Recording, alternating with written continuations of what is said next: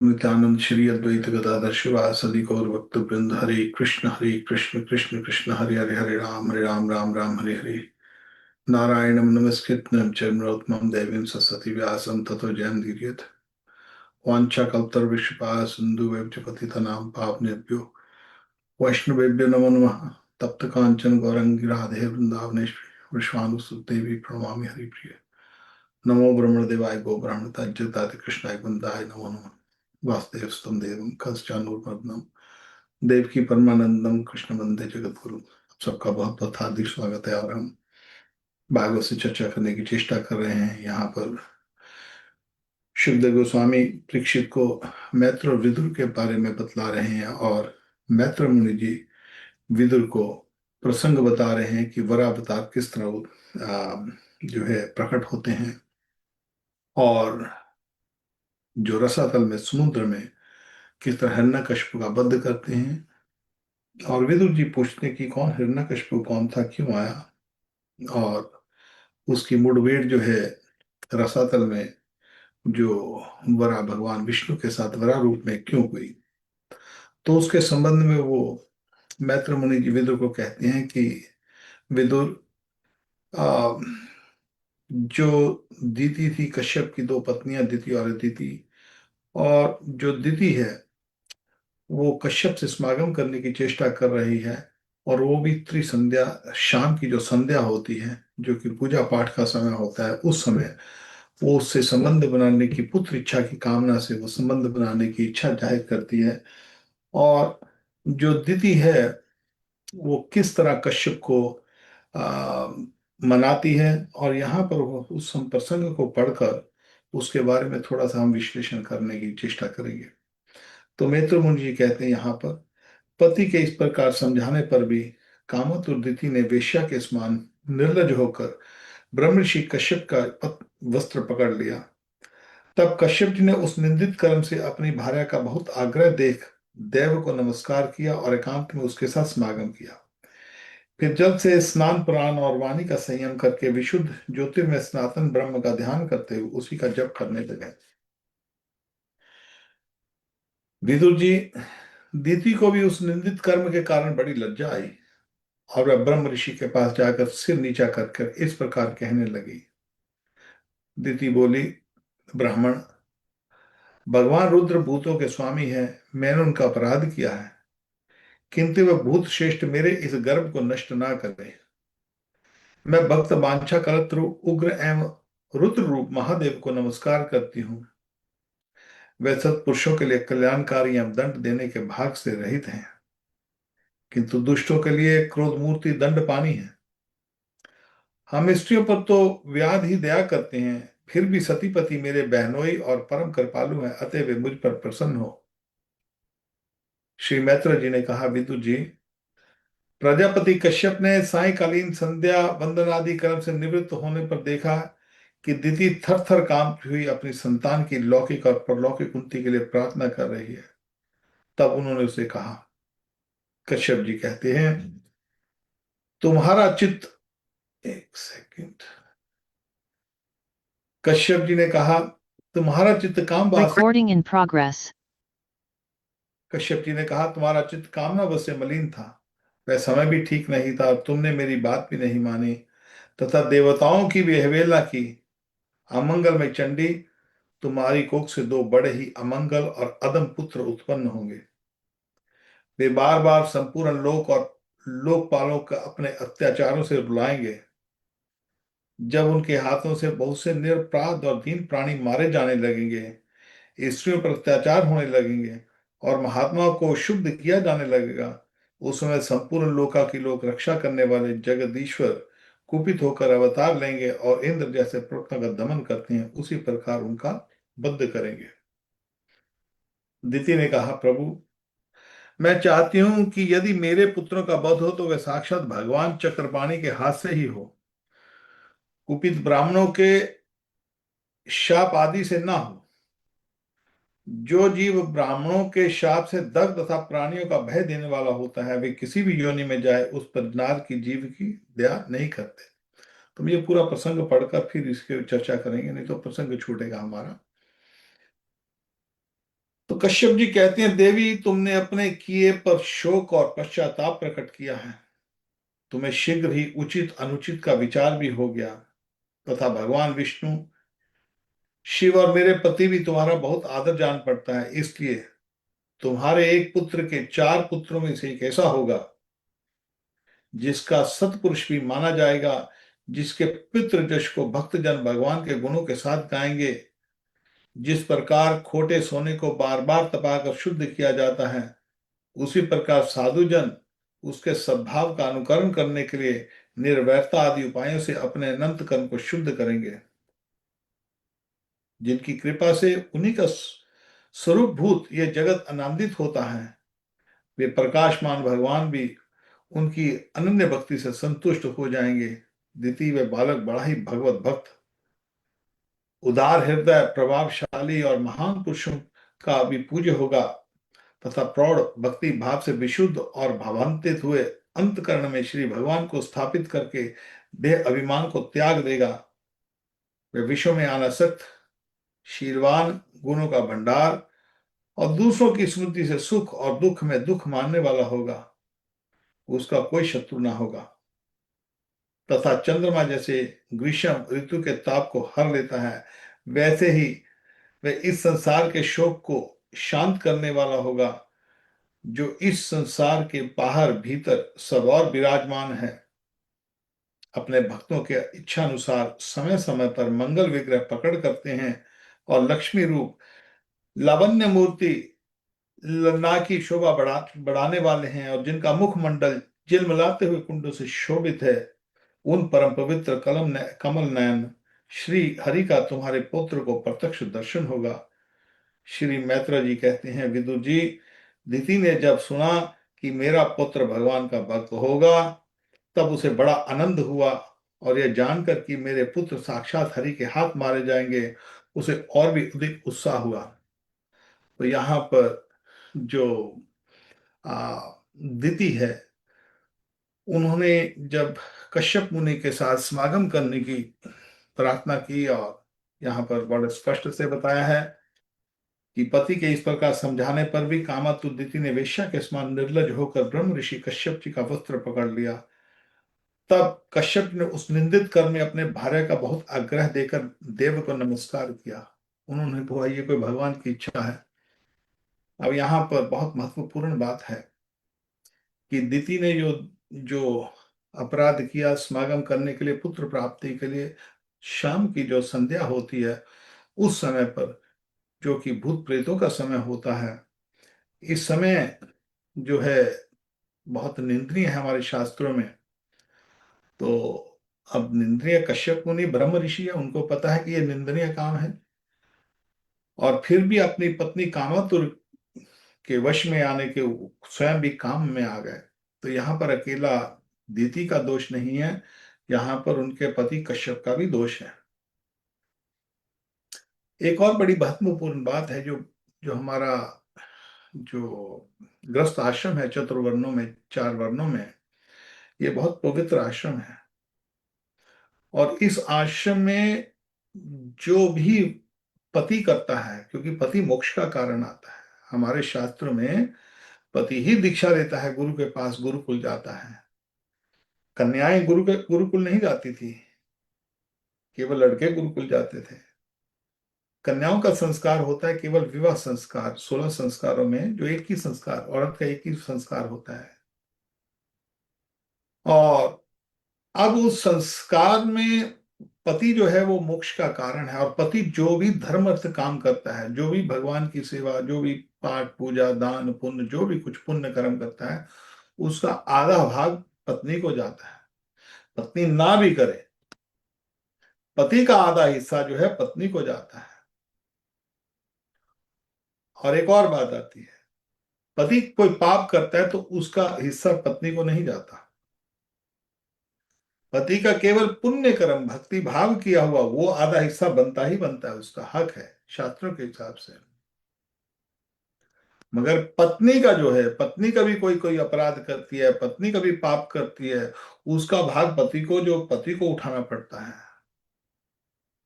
पति का पुण्य का आधा हिस्सा पाप का कोई हिस्सा नहीं लेती पत्नी। मगर पत्नी का जो जो पुण्य है वो पति को नहीं लगता। पति पत्नी का जो सारा हिस्सा अपने पास रहता है, मगर पत्नी कभी पाप करती है तो उसका उसका जो पाप का हिस्सा है पति को भुगतना पड़ता है।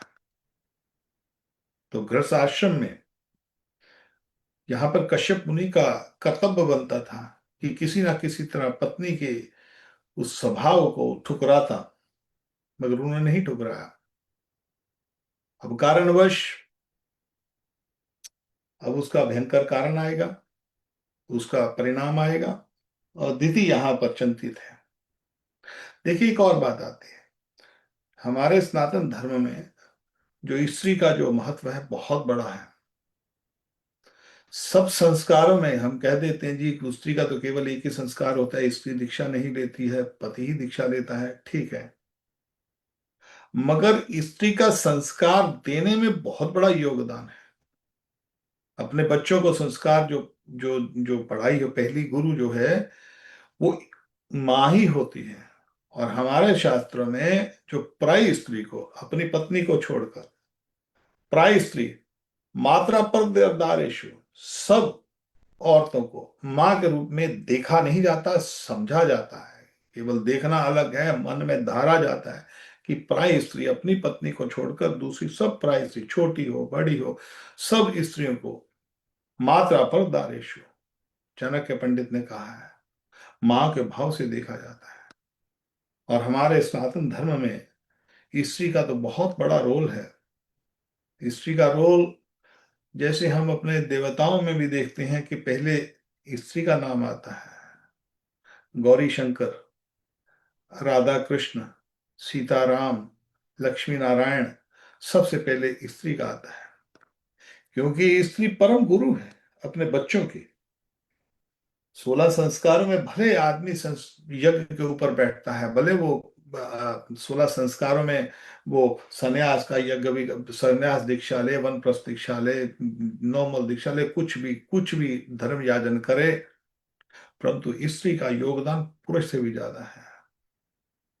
क्योंकि उसको अपने घर गृहस्थी भी देखना पड़ता है, बाल बच्चों को भी पढ़ाना पड़ता है। बाल बच्चों को जो संस्कार दिए जाते हैं वही आगे भविष्य, उस कुल का भविष्य बनता है। तो उस कुल का भविष्य, आगे भविष्य कैसे होगा उस कुल को, वो केवल और केवल माँ के ऊपर आता है। बाप तो सुबह काम पे चला जाता है, सारा दिन माँ ही उसको देखती है, माँ ही उसको जो रोटी पानी बनाना, स्कूल लेके जाना, ये करना, सब देखभाल माँ देखती है। और माँ जैसे जैसे बच्चों को सिखाती है वैसे वैसे उस बच्चों की बुद्धि वैसे बन जाती है। कोई चोर था और फांसी पर चढ़ने लगा। ये जो कथा मैं आपको बताने लगा इस चोर की, हम छोटे से थे तो हमारे पिताजी ये कथा कई बार सुनाते थे। कोई ना कोई बात आनी तो पिताजी ने हमारे लिए ये कथा सुनानी। दुकान पे हम बैठते थे अपने पिताजी के संग, कोई आदमी आ जाए या किसी भी कोई ना कोई प्रसंग हम सुनते रहते थे। तो ये हमने अपने पिताजी से सीखा। कोई चोर था और चोर को फांसी लगने लगी।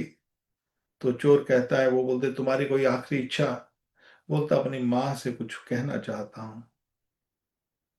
माँ को बुलाया। तो जब माँ के पास आई, माँ को बोलता अपना इधर कान लाओ। तो माँ ने अपना कान लाया, माँ के कान पे गया तो उसने माँ का कान को काट दिया। माँ के कान को भयंकर काट दिया, जैसे कुत्ता काटता है ऐसे माँ के कान को काट दिया। माँ रो रही, अरे पुत्र तूने मेरे कान को क्यों काटा मरने के समय? बोलता ये तुम्हारा तुम्हारा कारण मैं आज मैं फांसी पर चढ़ रहा हूं। जब मैं छोटा बच्चा था, स्कूल जाता था, तो स्कूल में से मैं पहली बार एक बार पेंसिल, दोस्तों की पेंसिल चुरा के लेके आया था, और तूने मेरे को टोका नहीं, तूने बोला बहुत अच्छा किया। तो मेरे को चोरी की आदत पड़ी, चोरी की आदत जो पड़ी है तुम्हारे कारण पड़ी है। और आज मैं इतना भयंकर चोर बना, तू मेरे को उस दिन डांट देती, तू मेरे को उस दिन मारती जब मैं स्कूल से चोरी की थी, तो आज मैं इतना बड़ा चोर ना बनता। और आज इतना बड़ा डाका, ये जो भी मैंने खून वून जो भी कुछ किया है, आज उस अपराध से आज मैं फांसी पे नहीं चढ़ता, इसका कारण तुम हो। तो यहाँ पर स्त्री का जो जो हमारे शास्त्रों में जो स्त्री का योगदान है और स्त्री का सत्कार है और हमारे जो युद्ध, जो दो बड़े बड़े युद्ध हुए सनातन धर्म में, जो 20 लाख साल पहले रामायण हुई, वो किस कारण हुई? वेदवती के कारण। वेदवती ने विष्णु भगवान को अपना पति मान लिया, किसी ने बताया, उसने, राजकुमारी थी वेदवती, पूछती है कि देखती है अर्थी जा रही है, क्या हुआ? अरे उसका फला फला व्यक्ति का, फला फला औरत का पति मर गया, वो विधवा हो गई। अरे अच्छा। तो उसको देखा तो कैसा विलाप कर रही थी वो औरत। तो पति गया है तो विलाप तो करेगी। तो जब उसने ऐसा विलाप देखा तो उसके मन में एक इच्छा आई, मेरे को ऐसा पति चाहिए जो कभी मरे ना। शंकर जी की पूजा किया। शंकर जी ने बोला, इसका वरदान जो है तो विष्णु केवल कोई एक नहीं बेटा, तुमको चाहिए पति तो सबसे बड़े पति तो विष्णु है, वो ही नहीं मरते, वही भगवान है। बाकी तो सब जीवों की मृत्यु होती है। बस मन में ठान लिया उस देवी ने, राजकुमारी ने, यंग सुंदर राजकुमारी। तो तपस्या के लिए चली गई। किस लिए? केवल भगवान विष्णु को अपने पति मानने के लिए। और वहां से पुष्पक विमान में रावण जा रहा था, देखा नीचे का इतनी अति सुंदर कन्या जो है वो साधु की तरह इतना भजन कर रही है, क्या करे, तपस्या कर रही है। नीचे आया, अरे देवी तुम कौन हो? और इतनी सुंदर, एकदम उसको प्रभावित हो गया, अरे ये तो मेरे मेरी रानी बनने के है, मैं काबिल है। तो उसने उसको बोला, देवी तुम ऐसा करो, मैं लंकेश हूँ, लंका का राजा, इस सृष्टि में सबसे ज्यादा शक्तिशाली। चलो। बोली, ना मेरे तो पति विष्णु है। अरे छोड़ो विष्णु। उसने जबरदस्ती उनको हाथ पकड़ा। तुरंत हाथ पकड़ा तो वेदवती ने अपने हाथ उसने पकड़ दी है। तो वेदवती, अरे नीच, मैं पतिव्रता हूं, मैंने मनवाणी से भगवान विष्णु को अपना पति मान लिया है, और तूने मेरे को, दुष्ट, तूने मेरे को स्पर्श मात्र किया, कोई और निंदित काम नहीं हुआ, केवल स्पर्श मात्र। स्पर्श मारकर तूने मेरे को शुद्ध किया, मैं इस शरीर को अभी त्याग देती हूँ। मेरे को याद रखना, तुम्हारी मृत्यु का कारण मैं बनूंगी, और तुम्हारी लंका, जिस लंका के तुम इतना अभिमानी हो, उसको, उस वो जल जाएगी, उसका नष्ट हो जाएगी, और वो उसका कारण केवल मैं बनूंगी। और वही वेदवती जो है माता सीता बनती है। सीता माता तो भगवान की जो सकेत धाम है वैकुंठ, वहीं से आती है। मगर जो सीता चुराई गई थी वो असली सीता नहीं, असली सीता तो जो थी हमारे अग्निदेव के पास चली जाती है। और ये वेदवती ही माया की सीता, जिसको छाया सीता कहते हैं, वो फिर 1 वर्ष उधर रही लंका में। और रावण उसको चुरा के लेके गया था, केवल उसी के कारण फिर जो है राम जी अयोध्या पर अटैक करते हैं। रामायण में फिर जब वापिस आते हैं तो वास्तव में वही कारण था कि राम जी कहते हैं, देवी अग्नि से प्रविष्ट होकर आओ। क्योंकि जब ओरिजिनल, जब रावण चुराने के लिए आता, लक्ष्मण ने लक्ष्मण रेखा लगा दी थी। उस लक्ष्मण रेखा से बाहर जो ओरिजिनल सीता नहीं गई थी, उस लक्ष्मण रेखा से बाहर जो छाया थी, यही वेदवती गई थी। और वेदवती ही अग्नि में प्रवेश करती है, और अग्निदेव अपनी पुत्री वेदवती को रख लेते हैं, और उससे ओरिजिनल सीता बाहर जाती है। मगर सारे युद्ध का जो सब इतना बड़ा रामायण में रावण का और राम जी का युद्ध हुआ लंका में, ये केवल और केवल वेदवती के कारण हुआ। महाभारत में युद्ध हुआ द्रौपदी के कारण, द्रौपदी का अपमान हुआ, और अपमान से इतना बड़ा युद्ध हो गया। तो यहां पर स्त्री जो है, स्त्री का बहुत ही महत्वपूर्ण, हमारे शास्त्र में स्त्री जो है पति के जो सहयोग देती है भक्ति में, भगवत भगवत प्राप्ति में स्त्री का बहुत बड़ा योग है। तो यहां पर अब दीति जो है वो समागम करने का, अब वो निंद लज्जा हो रही है, लज्जा आ रही है उसको। अब लज्जा आ रही है तो वो आकर प्रार्थना करती है, कि वो बोलती है, हे प्रभु, हे भगवान, ये तो रुद्र शंकर जी जो हैं, शंकर जी अपने नंदी के ऊपर भूत गणों के संग संध्या को निकलते हैं, और हमने ये दुष्कर्म कर दिया है, इसका प्रभाव तो होगा। तो यहाँ पर कश्यप मुनि कहते हैं, प्रभाव तो जरूर होगा देवी, प्रभाव तो जरूर होगा। मगर पहले, सबसे पहले हम यहाँ पर एक, हम इस प्रसंग में एक और हमको सीखने की बात आती है, जो कि बहुत ही महत्वपूर्ण है।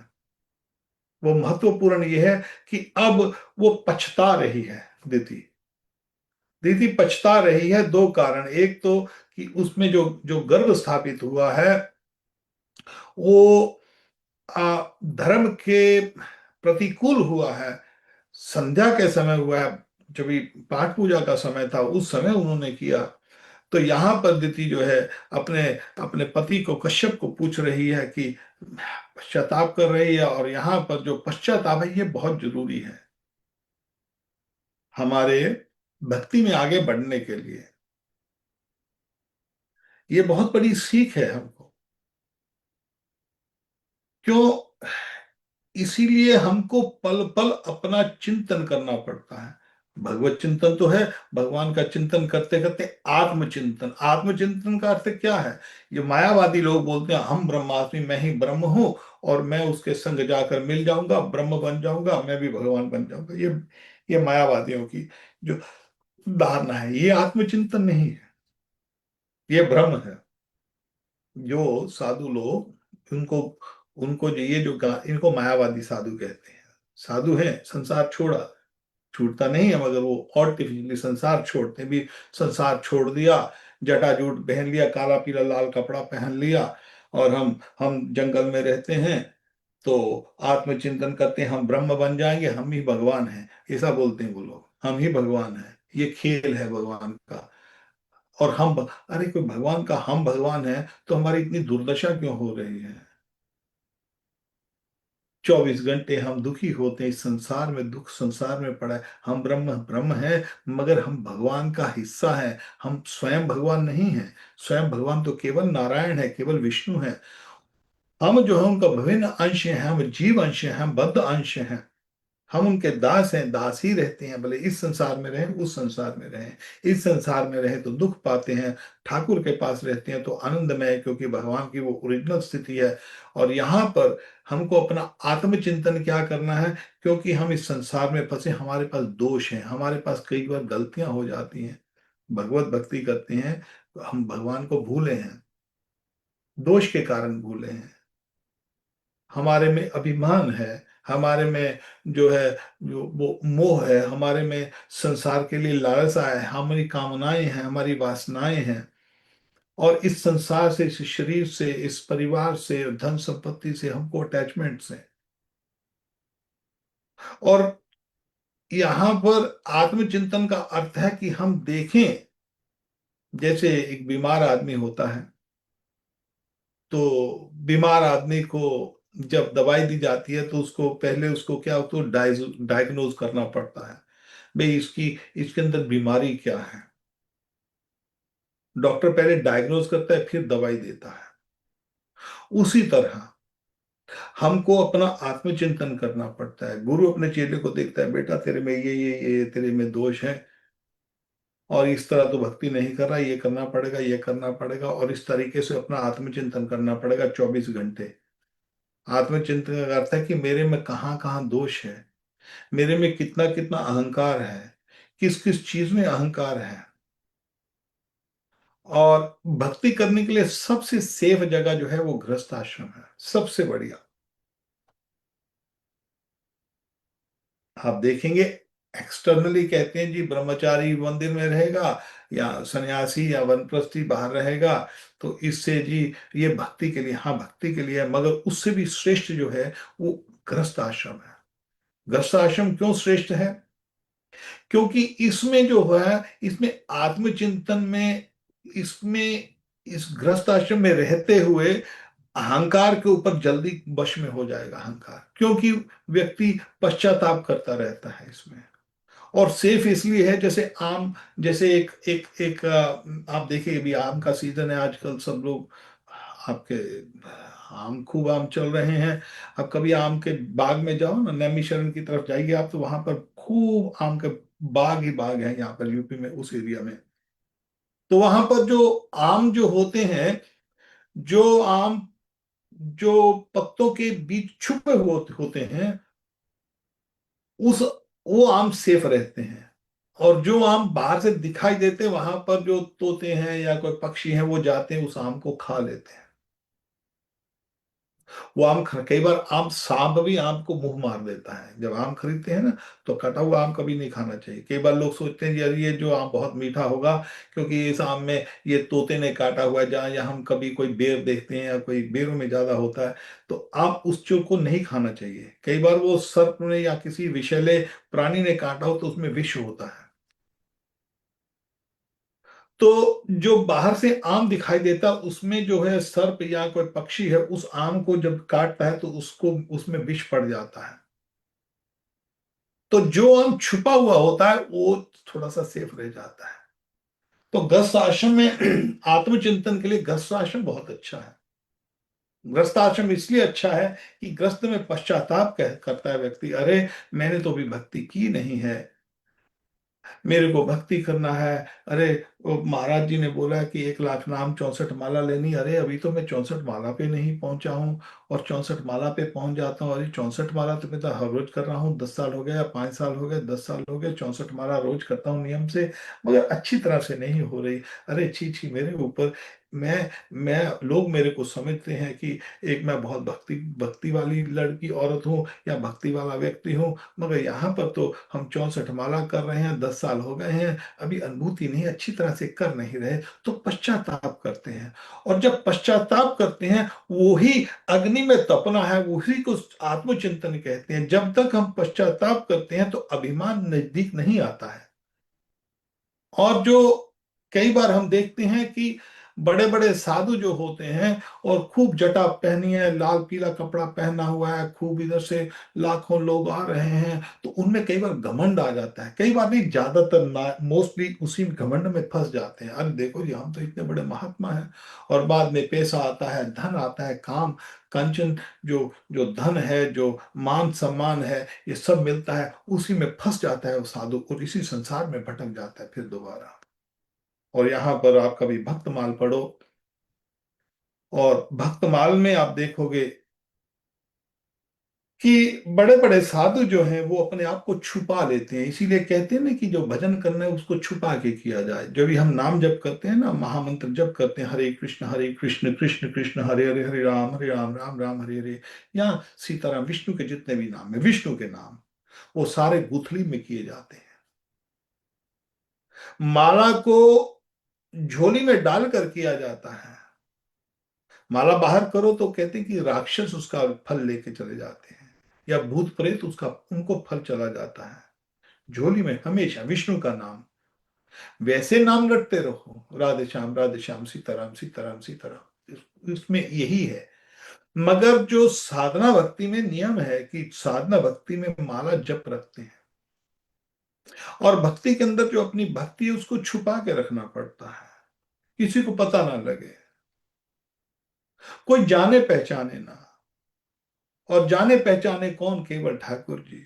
उसमें अहंकार नहीं होता।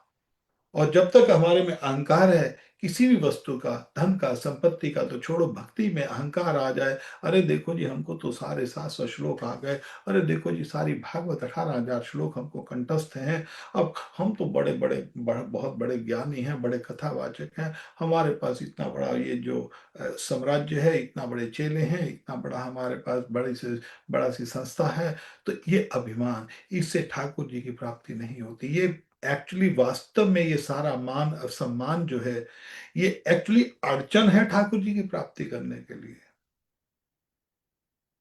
ठाकुर की प्राप्ति करने के लिए ध्यान साधना, भगवान का जो अकिंचन भाव से होकर, निमन भाव से होकर, अपनोतहीन ज्ञान, अयोग्यता बुद्धि, इसी में प्रेम, इसी में सर्व सिद्धि। चैतन्य महाप्रभु ने यह फॉर्मूला सिखाया है। तृणादपि सुनि चैन तरुण की सहिष्णुना, अमानि न मान देन कीर्तनीय सदा हरि। ठाकुर का इस ये जो जगत है, ये ना कि ना प्रकार है ना, किसी ना किसी तरह मन कृष्ण निवेशित, किसी ना किसी तरह मन कृष्ण में लग जाए बस। यहाँ पर चैतन्य महाप्रभु ने कोई कोई कंडीशन नहीं डाली कि तुम दीक्षा लोगे, फिर नाम करोगे, फिर आपको ये मिलेगा, फिर आपको वो मिलेगा। बोलते ये ना कि ना प्रकार है ना, किसी भी प्रकार, ऐसे तैसे कैसे भी आप नाम जप कर रहे हो, हरे कृष्ण कृष्ण कृष्ण हरे हरे, हरे राम राम राम हरे हरे, किसी से सुनकर भी जैसे हम कई बार इस बात का विषय कर चुके हैं कि जो चिंतामणि से नाम सुनकर जो जो जो बिल्वा मंगल ठाकुर ने, उन्होंने भक्ति शुरू कर दी। किसी भी साधु से, किसी भी, वो साधु ग्रस्त भी हो सकता है, उसको भी साधु मानना पड़ेगा, किसी ना किसी तरह भक्ति शुरू कर दी। और फिर मन में पश्चाताप रहता है कि मैं भगवान को किस तरह प्राप्त करूं, और मेरे में अभी वो खूबियां नहीं आई। इसीलिए हम, अच्छा एक और बात हम आपको याद कराना चाहते हैं कि गीता का 12वां अध्याय है, इसको जरूर देखिए। इसके अंदर वास्तव में गीता में, ये तो मैं 12वां अध्याय तो इसलिए कह रहा हूं कि उसमें गुणों का वर्णन है कि कृष्ण को कौन कौन से गुण पसंद है। कभी हमको ये चाहिए कि मेरे ठाकुर मेरी तरफ देखें, मेरी तरफ। हम ठाकुर को निहारने के लिए जाते हैं, मंदिर में जाते हैं, हम ठाकुर को निहारने के लिए जाते हैं। अगर ठाकुर हमको निहारे, ठाकुर कहते हैं, खुद कहते हैं ना, ये यथा मम से बिजा में हम, अरे मैं भी भजता हूं। हमको किसी किसी ने वो एक कथा बताई कि बिहारी जी, वहाँ के बिहारी मंदिर में, वृंदावन में, वहां पर एक कोई साधु था। वो साधु रोज आता था, आशीर्वाद देता था ठाकुर को, ऐसे करके आशीर्वाद देता था। तो वहां पर उन्होंने, गोस्वामी ने पूछा, महाराज जी आप आते हो, अरे आप एक अकेले आदमी हो, ठाकुर को आके दे के जाते हो, आशीर्वाद दे के जाते हो, बड़े रहो, फले फूले रहो, ये करो वो करो, उसको आशीर्वाद दे रहे हैं। तो वो बोलते, ये छोटा सा 10 साल का लड़का है बेचारा हमारा ठाकुर बिहारी जी, और जो भी आता है उनसे मांगता है, मांगता है, जो भी आता है मांगता है, जो भी आता है मांगता है, कोई देता नहीं है ठाकुर को। मैं आशीर्वाद देने आया हूँ ठाकुर को। उसका भाव भगवान का, भगवान निहारते हैं अपने भक्त को। तो किस तरह भगवान जो है उस भक्त के वश में आ जाते हैं, भक्तों के वश में आ जाते हैं। इसीलिए हम बार बार कहते हैं कि गीता का मनन करो, गीता का मनन करो। गीता जैसे शास्त्र जो है ना, भागवत के अंदर तो ये सब लीलाएं हैं, भगवान की लीला। गीता के अंदर भगवान ने पूरे प्रिंसिपल्स दिए हैं कि उसके जो जो उसका जो तोड़ है, भगवान गीता का जो, गीता के अंदर, गीता जैसा जो जो शास्त्र है और कोई है नहीं। नित्य जरूर पढ़ो, भागवत पढ़ो, रामायण पढ़ो, ये तो जरूर है। गीता तो जरूर ही पढ़नी चाहिए, हर रोज नित्य नियम से, भले 2 श्लोक पढ़ो, 4 श्लोक पढ़ो, एक अध्याय पढ़ो। उसमें पढ़ने में क्या है कि ठाकुर जी ये वहां पर बार बार बताते हैं कि क्या क्या करना है, क्या क्या नहीं करना। वीतराग भय क्रोध स्थित धीर मुनि रुचि, जो मुनि धीर मुनि है, वो राग भय क्रोध, इससे कैसे छुटकारा पाता है, किस किस चीज से छुटकारा पाना है, और कौन कौन सी क्वालिटी हमको अर्जित करनी है, इसका ज्ञान जो है गीता के अंदर दिया गया है। और ये जो ज्ञान दिया गया है गीता के अंदर, इसमें स्पष्टता से दिया गया है कि कौन कौन सी चीज भगवान को, भगवान चाहते हैं ये तू छोड़ दे, और कौन कौन सी चीज को पकड़ ले। तो 18 के 18 अध्याय इसी के अंदर बने हैं। इसी को कर, कई बार लोग बोलते कर्म योग कहते हैं। गीता कर्म योग के बताते में, गीता भक्ति योग के बताती है। गीता में कर्म ज्ञान सब कुछ इकट्ठा है, ये इंटरलेटेड है। इसका तत्व जो है गीता का, वो है ठाकुर की प्राप्ति। सर्वधर्मान प्रत्यज्य माम एकम शरणम ब्रज, यहां पर जो भगवान कहते हैं कि केवल और केवल मेरी शरण ले लो, बस केवल और केवल श्री कृष्ण की शरण, बाकी सब धर्मों को छोड़ दो। तू शोक मत कर इस बात का, भय मत कर, शोक मत कर। मन मना मद भक्तो मद याची मम नमस्कुरु, केवल मेरा भक्त बन जा। ये गीता का तत्व है बात में। और भगवान कहते हैं इस तत्व को जो बतलाता है वो मेरे को बहुत अति प्रिय है। अब अति प्रिय क्यों कहा गया उसको? जो व्यक्ति गीता के बारे में, पर गीता के बारे में ये नहीं है कि कोई कोई गीता, आजकल लोग गीता बांटते पैसा कमाने के लिए, बोलते बुक मैराथन चल रहा है, कई सोसाइटियों में बुक मैराथन चलाते हैं। उनका उद्देश्य गीता बांटना नहीं है, उनका उद्देश्य केवल धन इकट्ठा करना है। हमने ये स्पष्टता से देखा है। गीता तभी बांटी जा सकती है जब गीता को हम अपने जीवन में धार लें, डाल लें, उस गीता के हिसाब से हम चले। तो फिर हमारा आत्मचिंतन होगा, हमारा डायग्नोज होगा। हमको अपने आप पता लग जाएगा कहां कहां पर मैं दोषी हूं, कहां कहां पर मेरे में दोष हैं। तो 24 घंटे जब हम नाम जप करेंगे, उस अवस्था में जब गीता पढ़ेंगे और गीता के उस श्लोकों का मनन करेंगे, तो उस श्लोकों का मनन करते करते जब हम नाम जप करते हैं, हरे कृष्ण कृष्ण कृष्ण हरे हरे, हरे राम राम राम हरे हरे, अरे प्रभु मैं आपका नाम जप कर रहा हूँ, मगर मेरा तो अभी राग फंसा हुआ है बच्चों में। मैं आपका नाम जप कर रहा हूँ, मेरा अभी राग फंसा हुआ है कि मैं संसार में अपनी किस तरह धन संपत्ति में कुछ थोड़ी सी समस्या चली। भले भले वो भौतिक समस्या है, मगर मन में ये बात आती रहेगी, अरे प्रभु आप तो ये चाहते हो मगर मैं ऐसा भी बन नहीं सका हूं।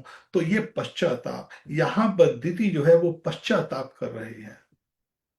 और उस पश्चाताप का यहाँ पर वो जो जो हमारे कश्यप मुनि जी हैं, वो कहते देवी तुम्हारे पश्चाताप का ही ये फल है कि तुम अब पश्चाताप कर रही हो, मगर होनी तो होके रहेगी।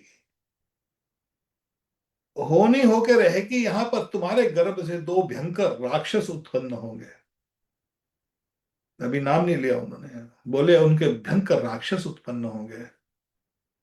और वो जो राक्षस होंगे, वो राक्षस जो उत्पन्न होंगे, उस राक्षसों में जो जो मगर चिंता करेगी कौन, कौन ऐसी मां चाहेगी कि उसके गर्भ से राक्षस उत्पन्न हो, और वो भी भयंकर। मगर यहां पर वो कहते हैं मगर तुम, क्योंकि तुमने पश्चाताप किया है। ये क्यों मैं बार बार इस बात के लिए बोल रहा हूं, गलती भी होती है, हम गलतियों के पुतले हैं, हम गलतियां करेंगे, हुई हैं हमसे, अब भी होती हैं, आगे भी होंगी। मगर क्योंकि ठाकुर की शरण ली है, हमारे हमारे आराध्य कृष्ण हैं, श्री राधा कृष्ण हैं, क्योंकि हम उनको उनको बार बार प्रणाम करते हैं, प्रभु मेरे में भी कमियां हैं, तो इस करने से हमारा क्या है, इसमें हमारी शुद्धता होती है। और यहां पर कश्यप मुनि कहते हैं उसी कारण हमारी शुद्धता हो रही, क्योंकि तुमने पश्चाताप किया है। अब तुम्हारे ये जो दो पुत्र राक्षस होंगे ना, ये हरि के हाथों से ही मारे जाएंगे, भगवान के हाथों से मारे जाएंगे, भगवान विष्णु ही आकर इनको मारेंगे। तो तिथि बहुत प्रसन्न होती है। वो कहते हैं और एक और बात बताता हूं, तुम्हारे पश्चाताप के कारण, तुम्हारे पश्चाताप के कारण तुम्हारे एक पुत्र के, जो राक्षस पुत्र के एक ऐसा पुत्र होगा, तुम्हारे पौत्र, तुम्हारा पोता ऐसा होगा कि उसकी जब तक सृष्टि रहेगी तो उसकी जय जयकार होती रहेगी, उसको लोग उसकी वंदना करेंगे। वो परम भक्त होगा भगवान विष्णु का। और यहां पर जब दीति ये सुनती है कि आ, मेरे एक पौत्र होगा, और वो जो पौत्र होगा वो भक्त होगा, तो यहाँ पर दीति का मन बहुत प्रसन्न होता है। और साथ में प्रसन्नता के साथ साथ और भी प्रसन्न होता है कि मेरे जो पुत्र होंगे, भले वो राक्षस होंगे, मगर उनका उद्धार जो है श्री कृष्ण करेंगे। देखिए यहाँ पर हमको एक और चीज सीखनी है। हमने एक तो इस कथा में ये सीखा कि हमारे से अपराध होंगे, हमारे में दोष होंगे, हमको आत्मचिंतन करना पड़ेगा जिस तरह दिति ने किया। मगर एक और बात आती है, जब हम आत्मचिंतन करेंगे, जब हम भगवान श्री कृष्ण के चरणों में पड़ जाते हैं, राधा कृष्ण की जो पूजा करते हैं, उनके उनके मन में अपने आप को समर्पित कर देते हैं, तो उसमें कोई भी अमंगल होता ही नहीं है। भगवान श्री कृष्ण के पास अमंगल नहीं रहता है, और उनके भक्त हैं उनके पास अमंगल भी नहीं होता। जब अमंगल होता है तो उसमें कोई ना कोई मंगल होता है। ये बहुत देखने की, बहुत सोचने की बात है। जब जब हमारे में अमंगल दिखाई दे रहा है, मगर वो अमंगल होता नहीं, उसके पीछे मंगल छुपा हुआ होता है, कि श्री कृष्ण के पास कुछ और है ही नहीं, और श्री कृष्ण के जो भक्त होते हैं उनके पास कुछ और होता ही नहीं, अमंगल रहता ही नहीं। जैसे हम कई बार हम देखते हैं ना, वो जो गुलाब का फूल होता है, तो उसमें कांटे से दिखाई दे रहे हैं या उसको कवर होता है, कई बार वो बहुत खुरदरा सा होता है, वो रफ होता है, उसमें कांटे वांटे दिखाई देते हैं, आप जब भी कभी उसको पकड़ो। मगर वो ऐसे जब खिल जाता है तो उसमें से केवल फूल ही निकलता है, वो भी सुगंधित फूल निकलता है। तो भगवान श्री कृष्ण जब बाहर से कोई चीज अमंगल दिखाई देती, यहाँ पर अमंगल दिखाई दे रहा है कि जो दो राक्षस उत्पन्न हो रहे हैं, उसके पीछे भी आगे कथा मैत्र मुनि को विदुर जी अब आगे पूछेंगे कि ये राक्षस कौन है, तो वो राक्षस क्यों आए, किस तरह आए, किस तरह बैकुंठ से भेजते हैं। ये अमंगल है नहीं, अमंगल उसमें मंगल क्यों होता है। जिस तरह मणिग्रीव और नल कुबेर, मणिग्रीव और नल कुबेर स्नान कर रहे थे मदरा के, और वहां से नारद जी आ गए। अब नारद जी ने देखा तो जो जो वहां की जो देवियां थी, जो अप्सराएं थी, उन्होंने तो अपने शरीर को कवर कर लिया, नग्न स्नान कर रहे थे। मगर नशे की हालत में मणिग्रीव नल कुबेर ने अपने आप को कवर नहीं किया। तो यहाँ पर नारद जी जो हैं, जो भक्त हैं, परम भक्त हैं ठाकुर के और देवताओं के जो गुरु हैं, अब नारद जी यहाँ पर उनको श्राप दे रहे हैं। यहां से दिखाई दे रहा मंगल हो रहा है, अरे तुम जाओ, तुम जड़ बन जाओ, तुम वृक्ष बन जाओ। अब उसके बाद उसमें मंगल क्या है कि वो वृक्ष बनते हैं, उसका उद्धार कौन कर रहा है, श्री कृष्ण गोकुल में उद्धार कर रहे हैं उनका। बाहर से मंगल दिखाई दे रहा है मगर उनका मंगल हो गया कि ठाकुर जी उनका उद्धार कर रहे हैं और यहाँ पर, क्योंकि शास्त्र में नग्न अवस्था में नहीं नहाना चाहिए कभी भी। ठाकुर जी ने भी जब गोपियों के वस्त्र हरण किए, लोग उसको नहीं समझते उस लीला को, मगर गोपियां बगैर वस्त्र के नहा रही थी। और बगैर वस्त्र के नहीं नहा सकते ठाकुर में, जब भी नहाओ तो अपने आप को कवर करके नहाना चाहिए। ये शास्त्र का विधान है। और यहाँ पर हमको भगवान की जो आ, आ, अमंगलता में जो दिखाई दे रहा है, उसमें मंगल छुपा होता है। उनका उद्धार कर दिया मणिग्रीव और नल कुबेर का। और यहाँ पर जो उद्धार कर रहे हैं, उसमें भगवान के पास जो हर एक अवस्था में जब हम भगवान की शरण लेते हैं, और यहाँ पर मैत्रा मुनि जी कहते हैं कि जब दीति ने यह सुना कि मेरे पौत्र होगा, तो वो बहुत आनंदित होती है। ये कृष्ण का आनंद है, भगवत भक्ति का आनंद है, क्योंकि जीव का जो मूल जो संबंध है भगवान श्री कृष्ण से है। हम माया मुग्ध जीवेर नहीं स्वत कृष्ण ज्ञान, हमको भगवान श्री कृष्ण का ज्ञान नहीं है। जीवेरे कृपा पायले कृष्ण वेद पुराण, भगवानों ने, भगवान श्री कृष्ण ने वेद पुराण रामायण जो सब शास्त्र बनाए हैं, वो हम जीवों के लिए बनाए हैं ताकि हम इसका मार्गदर्शन कर लें। इस मार्गदर्शन करके, इन शास्त्रों का मार्गदर्शन करके, क्योंकि ये शास्त्र जो है केवल पुस्तकें नहीं है। हम बार बार इस बात को कई बार अपने लेक्चर में बार बार दोहराते हैं। जो मूर्ख लोग कहते हैं ये कबीर पंथी और नानक पंथी जो है, सिख धर्म या ये कबीर पंथी, ये सब एक ही है, चट्टे बट्टे की जो कहते हैं। तो वो लोग बोल देते हैं, अरे ये पुस्तकों पढ़ पढ़ कर थोड़ी भगवान बनेंगे। अरे मूर्खों, ये पुस्तक पढ़कर ये पुस्तकें नहीं है, ये साक्षात नारायण वेदा, ये वेद साक्षात नारायण हैं। ये हमारे जैसे, अच्छा एक और बात समझाते हैं। जैसे आप देखते हो जो सरदारों में वो बोलते हैं गुरु ग्रंथ था, वो वही गुरु है, वो क्योंकि गुरु की वाणी है तो गुरु है। अब वो गुरु है तो हमारे शास्त्र में तो पहले ही कहा गया है कि ये जो वेद वाणी है, ये जो शब्द ब्रह्म है, शब्द ब्रह्म कहते हैं, शब्द ब्रह्म वेद को कहते हैं। और गुरु जो होता है, गुरु केवल एक शरीर नहीं होता। जो लोग बोलते हैं ना, अरे लिविंग गुरु, हमको लिविंग गुरु चाहिए, लिविंग, अरे लिविंग गुरु, गुरु गुरु जो लिविंग नहीं होता है, गुरु डेड और लिविंग नहीं होता, वो गुरु गुरु ही नहीं होता। जो मर जाए वो गुरु कैसे होगा। जो गुरु होगा, गुरु एक तत्व है।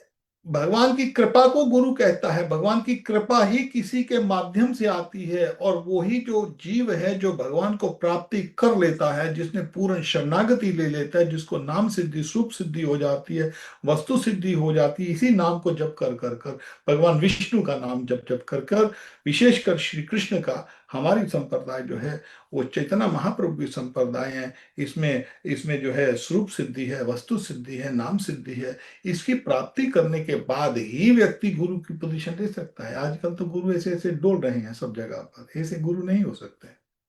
बहुत बिरला व्यक्ति जो होता है उसको नाम सिद्धि होती है, और बहुत विरला व्यक्ति होता है जिसको स्वरूप और वस्तु सिद्धि होती है। केवल उसी को अधिकार है भगवान कृष्ण के धाम पहुंचाने का दूसरे प्राणी को।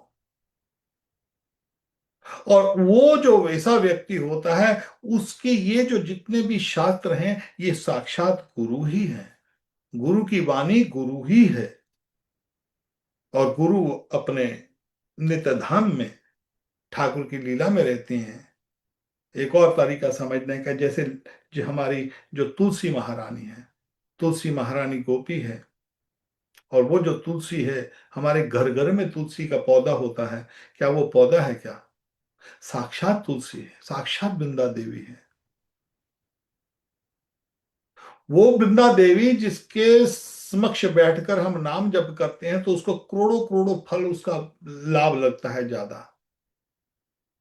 वो एक पौधा नहीं है। उसी तरह जो गुरु होता है, ये गुरु की जैसे वो पौधा और तुलसी महारानी एक ही बात है, उसी तरह ये गुरु और गुरु की जो वाणी है, गुरु ने जो बोल दिया, जो उन्होंने कथा कह दी, जो लिख दी, जो शास्त्र लिख दिए, वो साक्षात गुरु है। उनका आश्रय लेकर यहाँ पर श्री चैतन्य महाप्रभु कहते हैं, जीवे र कृपा कैला कृष्ण वेद पुराण। श्री कृष्ण ने इन्हीं गुरु के रूप में इन वेद पुराणों को हमारे समक्ष रखा है। कृष्ण भूले जीव भोग वांछा करे, मारा माया जापे तापाटिया धरे, माया ने पकड़ा हुआ है। और कृष्ण को भूल कर, और ये भगवान गुरु की वाणी जो होती है, हमारे कृष्ण की जो जो हमारे वेद शास्त्र हैं, 18 वेद, रामायण, पुराण, विशेषकर हमारी गौड़िया संप्रदाय में, जो श्री चैतन्य महाप्रभु की संप्रदाय में हमारे जो आचार्यों ने जो छोड़ दिया है, जो लिटरेचर छोड़ दिया है, उसके मार्गदर्शन करते हुए जब हम नाम जप लेते हैं, तो उसका वो जो आनंद है, यहाँ पर दीदी उस आनंद का अनुभव कर रही है। ये व्यक्ति तभी अनुभव कर सकता है जब हम अपना आत्मचिंतन करते हैं। जब हमारी आत्मा शुद्ध हो जाती है, तो हम उसका अनुभव करते हैं, उस आनंद का अनुभव होता है। भगवान की भक्ति का जो आनंद है, क्योंकि वास्तव में हम सब सच्चिदानंद हैं। ठाकुर जी सच्चिदानंद हैं, हम उनके अंश हैं। ठाकुर सत्य, चित्त और आनंद, ईश्वर परम कृष्णा सच्चिदानंद विग्रह, अनादिराद्र गोविंद सर्व कारण कारणम। ब्रह्मा जी कहते हैं ईश्वर परम कृष्ण, परम कृष्ण जो केवल ईश्वर जो है वो श्री कृष्ण है। ईश्वर परम कृष्ण सत्य, चित और आनंद, इसमें तीन चीज छुपी हुई है। वो सत्य है, वो सत्य नहीं है। परम सत्य दी में ही, सत्य के सब सत्यों के सत्य वही है। परम सत्य दी में ही हमारे वेद व्यास मुनि जो है, भागवत शुरू करने से पहले ये परम सत्यम दी में ही, परम सत्य वही है श्री कृष्ण। वो सत्य है, वो चित्त है। चित्त का अर्थ है चेतन वस्तु है, और वो कोई जड़ नहीं है, और वो फुल आनंदमय है। ये तीन वस्तु हैं। और क्योंकि हम भगवान के अंश हैं, हम भी सत्य, आत्मा सत्य है। जैसे मृत्यु के समय बोलते हैं राम नाम सत्य है, बाकी सब कुछ झूठ है, राम नाम सत्य है। तो राम का नाम है, श्री कृष्ण का वो सत्य है, आत्मा सत्य है। और आत्मा चित्त है, आत्मा जड़ नहीं है। और आत्मा आनंदमय है। ये तीन वस्तुएं याद रखना है। आत्मा सत्य है, आत्मा चित्त है, चेतन वस्तु है, आत्मा आनंदमय है। ये आनंदमय हमारा जो स्वभाव है, ये अब नहीं शुरू हुआ कि हम जी सनातन धर्मी बन जाएंगे या हम भगवान को पहचानने लग जाएंगे तो तब हम आनंदमय बनेंगे। आनंदमय बनेंगे नहीं, आनंदमय हैं, मगर हम इसको भूल गए हैं कि आनंदमय है। और इस आनंद को हम किसी और जगह पर ढूंढ रहे हैं। हम वस्तु में, जड़ वस्तु में ढूंढ रहे हैं, इस संसार में ढूंढ रहे हैं कि जो कि छूटेगा, जो छूटने वाला है। हमारे पास जो पहले था वो छूट गया, जो आज अभी इसी वक्त जो है वो भी छूट जाएगा, और जो कल आएगा वो भी छूट जाएगा। हर एक वस्तु पल पल छूट रही है। हमारे से हमारा जो स्वरूप है, हमारा जो जो रूप है, जैसे कोई ब्यूटी कहते हैं, कोई बच्चा बोलते बहुत सुंदर बच्चा है, बच्चा का जन्म होता है, बहुत सुंदर है, बहुत अट्रैक्टिव है, मगर उसकी वो अट्रैक्शन जो होती है ना, थोड़ी देर बाद वो अट्रैक्शन खत्म हो जाती है। बच्चा बड़ा होता है तो उसका रूप चेंज हो जाता है, फिर आके फिर दोबारा यौवन शुरू होता है, युवा अवस्था में फिर दोबारा वो एक अलग उसमें सुंदरता दिखाई देती है, मगर वो सुंदरता इतनी क्षणभंगुर है कि थोड़ी देर में बाद वो भी सुंदरता छिन जाती है। अधेड़ उम्र आती है, सुंदरता छिनती जा रही है, पल पल छिन जा रही है। पल पल हमारा जो जो शरीर, भौतिक शरीर की जो जो अट्रैक्शन है, जो आकर्षण है, वो छिन रहा है। हम धन धन कमाते हैं, जिस धन के लिए हम दिन रात कुत्ते की तरह इधर भागते हैं उधर भागते हैं, किसी ना किसी तरह, दो का चार, चार का दस, दस का बीस, बीस का सौ, सौ का हजार, हजार का लाख, इसी की चेष्टा में लगे रहते हैं। मगर जितना भी कमाते हैं वो छूटता जाता है। आप बैंक में डालो, 1 करोड़ डालो, 10 करोड़ डालो, कुछ भी डालो डालो, वो निकलता निकलता जा रहा है, निकलता जा रहा है। और हम उसी उसी भ्रम में है कि और होगा तो हमारे पास अच्छा होगा, और होगा तो अच्छा होगा। तो उस आनंद के पीछे भाग रहे हैं, मगर वो आनंद जो छूट रहा है, मगर जो आनंद कभी नहीं छूटता, उसको नहीं पकड़ रहे हैं। वो आनंद जब भी भक्त को आ जाता है, नाम नाम में जो आनंद है, भगवान श्री कृष्ण की भक्ति में जो आनंद है, फिर भक्त लोग कई बार काम धंधे सब सब छूट जाते हैं। क्यों? क्यों? उनसे उनको उनको वैराग हो जाता है। जो है, वासुदेव भगवती भक्ति योग प्रयोजता जनित आशु वैराग्यम ज्ञानम च जन हेतु का। भगवान श्री कृष्ण में जब भक्ति आगे बढ़ती है, तो उसमें हमको ज्ञान और वैराग हो जाता है। कई बार लोग हमको पूछते हैं कि हम आगे, हमको कैसे पता लगे हम आगे बढ़ रहे हैं कि हम हम नहीं बढ़ रहे हैं। तो आत्मचिंतन में जैसे जैसे हमको बस उसको आगे बढ़ने का एक एक एक एक थर्मोमीटर है, वो ये है कि जब हम भगवान श्री विष्णु की, श्री कृष्ण की जब भक्ति करते हैं, तो उससे संसार में हमको थोड़ा थोड़ा वैराग, जैसे जैसे वैराग होने लग जाता है, तो समझ लेना चाहिए कि हमारी जो जो डायग्नोज है, हमारी जो बीमारी है, वो ठीक हो रही है।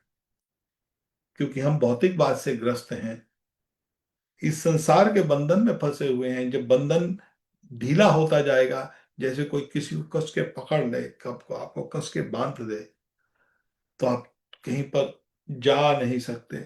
मगर जैसे जैसे वो गांठ ढीली हो जाएगी ना, तो आपको हिलने जुलने में आसानी हो जाएगी, तो पता लग जाएगी कि मेरा बंधन छूट रहा है अब। तो इसी तरह संसार का जो बंधन है, भौतिक जगत का जो बंधन है, जैसे जैसे हमको इससे वैराग होता जाएगा, समझ लेना कि भगवान की, हम आगे बढ़ रहे हैं, भगवान की तरफ आकर्षण और संसार से वैराग। कभी भगवान की तरफ भक्ति करने के लिए समय नहीं है, संसार में फंसे हुए हैं, तो इसका अर्थ है कि हमारी जो बीमारी है वो बढ़ रही है। और जैसे जैसे हमारी बीमारी भौतिक संसार की बढ़े, ठाकुर की तरफ हमारा मन जाए, तो उस आनंद की तरफ जाए, तो वहां पर हमको समझना चाहिए कि अब हम ठीक हो रहे हैं। तो हमारे जो बड़े बड़े जितने भी ऋषिगण हैं, हमारे वेद व्यास मुनि, वाल्मीकि मुनि, वाल्मीकि मुनि जी ने हमारा सबसे प्रथम काव्य जो है, हमारे सनातन धर्म में सबसे पहला शास्त्र जो है, वो वाल्मीकि रामायण है। 4 वेद नहीं है। 4 वेद तो 5,000 साल पहले बनाए हैं। वेद तो नॉलेज है, श्रुति स्मृति से आते थे लिखित रूप में। लिखित रूप में जो ग्रंथ है, सबसे पहला काव्य जो है, वो वाल्मीकि मुनि जी ने 20 लाख साल पहले बनाया। और वेद व्यास मुनि ने जो 4 वेदों को, 18 पुराणों को 5,000 साल पहले लिखित रूप में हमारे लिए दिया। तो जितने भी हमारे ऋषि गण हुए हैं, जितने भी हमारे वैष्णव संप्रदाय में साधु हुए हैं, उनका एक ही मन था कि किसी तरह जन कल्याण कैसे हो। कलयुग शुरू होता है, भगवान श्री कृष्ण जब अपने धाम कृष्ण सधाम उपगते, भगवान श्री कृष्ण जब अपनी 125 साल की यहाँ पर लीला समाप्त करके अपने लीला को अप्रकट करते हैं, तो उस समय 1,000 साल तक ऋषियों ने यज्ञ किया, हवन यज्ञ किया, और हवन यज्ञ करते करते नैमिषारण्य सबसे पवित्र जगह है इस भूमि के ऊपर। जो जो कहते हैं, जो जो पृथ्वी का धुरी है, पृथ्वी जैसे ऐसे गोल घूम रही है ना, पृथ्वी की एक धुरी है, वो एक्चुअली वो जो जगह वो नैमिषारण्य है। और नैमिषारण्य की धुरी की आले वाले इस तरह पृथ्वी ऐसे घूमती है।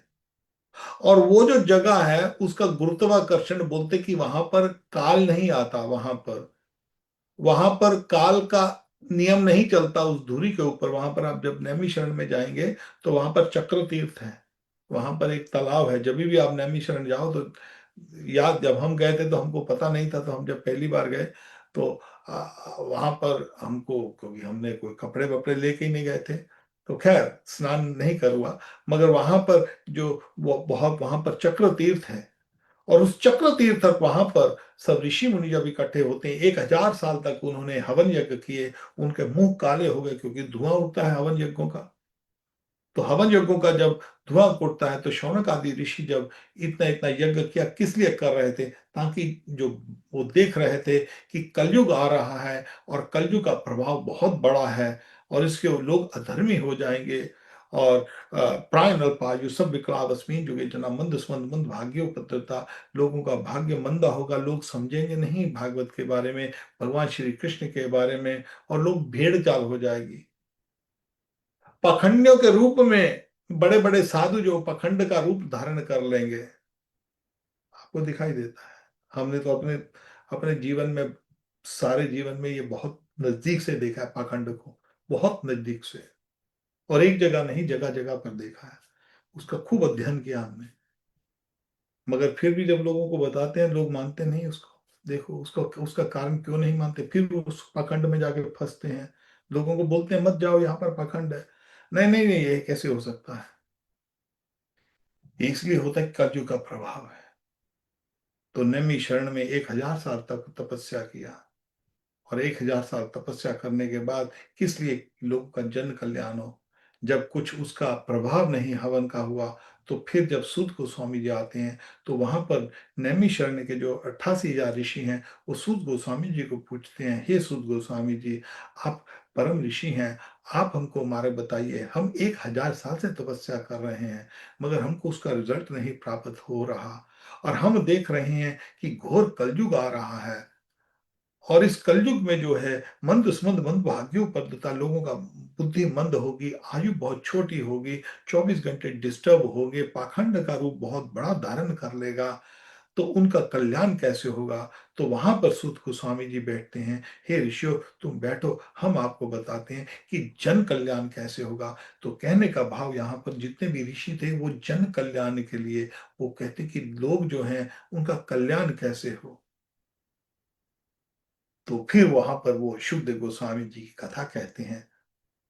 और जितने भी वेद व्यास मुनि जैसे ऋषि जो हैं, मैत्रा मुनि जैसे ऋषि जो हैं, वो उन्होंने शास्त्रों का जो जो लिखे हैं, किसके लिए लिखे? ताकि हम लोगों के लिए, कलयुग के प्राणियों के लिए, क्योंकि हम जो है, हमारा दुर्भाग्य इतना है, हम भगवान को जानना नहीं चाहते। जो चीज जानने योग्य हम उसको जानना नहीं चाहते। जो चीज नष्ट होती जा रही है उसके पीछे हम दिन रात भाग रहे हैं।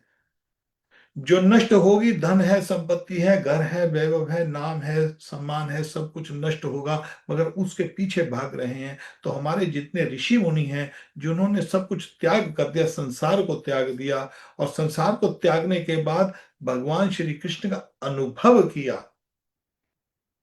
ये ऋषि मुनि जो हैं, ये कोई वैसे बुक लैंग्वेज नहीं है आजकल जैसे लोग जो जो प्रचार प्रचार करते हैं, वो प्रचार में कुछ नहीं होने वाला। पहले आचार होना चाहिए हमारे जीवन में, भक्ति का आचार करना पड़ता है। आजकल आचार नहीं है, केवल प्रचार चलता है, पाखंड चलता है, रात को 2-2 बजे लोग ड्रामा करते हैं। ऐसे नहीं, भगवान की भक्ति का जो आनंद है, तो यहाँ पर जितने भी ऋषि मुनि हैं, उस आनंद के बारे में ही, उन वो आनंद को प्राप्त करते हैं। फिर वो चाहते हैं कि भगवान श्री कृष्ण का, भगवान विष्णु का जो आनंद है वो सब प्राणियों को मिले, ताकि प्राणी का जो जन्म सिद्ध आनंद है वो उनके पास है, देना नहीं है, उनके पास है। केवल चेतो दर्पण नाम श्री चैतन्य महाप्रभु ने जिस तरह कहा है। तो यहाँ पर अब जो देती है, उसको मैत्रा मुनि जी कहते हैं कि कश्यप मुनि कहते हैं, हे दिति, तेरे गर्भ से इस तरह दो राक्षस होंगे और बाद में तेरे एक पौत्र प्राप्त होगा जो कि सिद्ध भागवत होगा। और दीदी बहुत प्रसन्न होती है, बहुत आनंदमय होती है।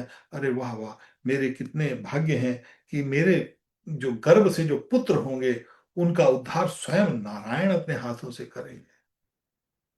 तो अब हम अगले सप्ताह हम शनिवार को फिर मिलेंगे आपसे, और आपको जो आज की निर्जल एकादशी का बहुत बहुत शुभकामनाएं। और आज के दिन यहाँ पर विदेश में तो निर्जल एकादशी कल हो गई थी, आपके यहाँ पर आज हो रही है। तो आज रात को भगवान श्री कृष्ण का नाम जप करते हुए, भगवान की माला करते हुए और भागवत गीता का पाठ करते हुए आप अपना जो है इसका जो उपवास का पूरा पूरा फायदा उठाइए। अच्छा, तो किसी भक्त का कोई प्रश्न तो मैं ले सकता हूँ इस विषय में, क्योंकि उसके बाद हम जो हमारा जो जो अगला जो होगा, अ, जो दो राक्षस जो हैं वो कौन है और वो किस तरह उसके गर्भ में आए, वो तो संभव हो गया, अब गर्भ में आएंगे। तो जो वो जो राक्षस हैं वो जो उनके गर्भ में आ रहे हैं वो कौन है, वो अगले सप्ताह में उसके विषय में हम चर्चा करेंगे। किसी भक्त कोई कोई प्रश्न को पूछना चाहता तो इस विषय में। हरे कृष्णा प्रभु जी। राधे श्रीवास ठाकुर, राधे राधे बेटा, बोलिए। राधे राधे प्रभु जी, एक प्रश्न था। बोलिए। अगर घर का व्यक्ति, उसका कोई समय नहीं है आने का, और जी। वो मतलब देर से आए या कुछ हो, तो हम्म। अगर उसकी पत्नी शक करे तो उसका क्या हल है?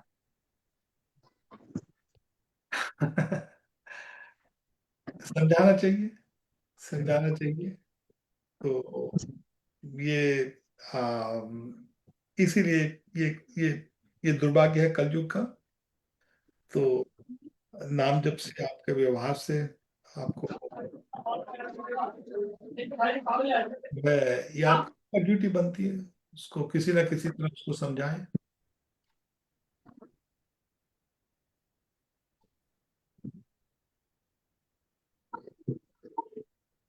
राधे श्याम।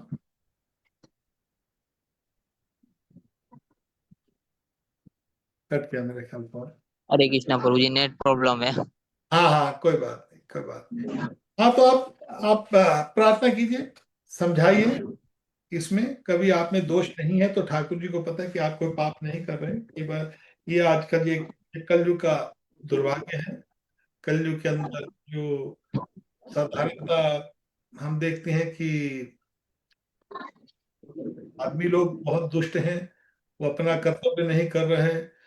दोनों तरफ से कलयुग में, दोनों तरफ से, कई बार किसी परिवार में स्त्रियों में ज्यादा दोष है, किसी परिवार में पुरुषों में दोष है। ये कलयुग का प्रभाव है। और कलयुग के प्रभाव के लिए भगवान श्री कृष्ण की आराधना कीजिए। और उसके लिए एक बात कही गई है कि ये जो महामंत्र है इसको उस भाव से जपिए। मंत्र वही है, मगर उसको जपने का भाव में आता है। इसमें कहा जाता है कि इति शोष्टकम कल कल मशनाशना नात्य पत्रोपात सर्वदेशु दिशते। चार वेद अठारह पुराण में इससे बड़ा और कोई रास्ता नहीं है। और यहाँ पर ये नाम जप होता है, वहां पर कलयुग का प्रभाव खत्म हो जाता है। और कलयुग के प्रभाव के कारण मतभेद होते हैं। तो ये मतभेद को जो इसको समाप्त करना चाहिए परिवार के अंदर। और जितना समय वो भक्ति में लगाना चाहिए, भक्ति में धीरे धीरे जब आपका पति और पत्नी दोनों भक्ति में लगेंगे तो वहां पर ये नहीं उठता है। ये प्रश्न वहीं पर उठते हैं कि जहां पर भक्ति की थोड़ी सी कमी होती है। तो आप भक्ति करते जाइए, घर को भक्ति पूर्वक बनाइए। तो उससे ये जो है, ये जो मतभेद है वो खत्म हो जाए। ठीक है। प्रभु जी, मेरा तो पूरा परिवार ही वैष्णव है, ठीक है। और तकरीबन भक्ति तो मतलब पूरी तरह से आज भी मेरी 64 माला हो चुकी है, बहुत और अच्छा। मेरा खुद एक काम की है। तो उसमें क्या होता है, कई बार ऐसा होता है कि कुछ ऐसे पूर्व संस्कार फंसे होते हैं। तो ये इसको सहते हुए, कभी कोई ऐसा कोई कोई कोई ऐसे मिसअंडरस्टैंडिंग है, तो भगवान से प्रार्थना कीजिए और ये मिसअंडरस्टैंडिंग दूर हो जाती है। ठाकुर की प्रार्थना कीजिए, ठाकुर दूर करते हैं। मैंने आपको बोला ना, कभी अमंगल नहीं होता है। तो मंगल जो अमंगल भी दिखाई देता है, उसमें मंगल छुपा हुआ होता है। और कई बार ऐसे कुछ पूर्व जन्म संस्कार होते हैं कि ठाकुर जी थोड़ा सा कष्ट देके उसको निकालते हैं। तो आपको इसको ऐसा देखना चाहिए, आप नाम जप करते रहिए, और ये जो कुछ थोड़ी बहुत कुछ परिवार में ऐसी मतलब मतभेद हो, उसको सहते हुए, सहन शक्ति रखना है, बस सहन शक्ति रखना है। कई बार कंट्रोल करना पड़ता है। हम कई बार कहते हैं पति और पत्नी का जो रिलेशन है ना, वो इस तरह है, कई बार पति पत्नी किसी बात में गर्म हो तो पति को नीचे होना पड़ता है, और कई बार पति गर्म हो तो पत्नी को नीचे होना पड़ता है। तो अब ऊपर चलोगे तो ऊपर ऊपर चलेगा तो काम खराब होता है। तो उसमें क्या होता है कि कई बार ऐसी कोई, कभी कभी कोई पत्नी ऐसे शकी मिजाज की है, तो कोई बात नहीं, उसको सहना सीखो बस, और क्या है।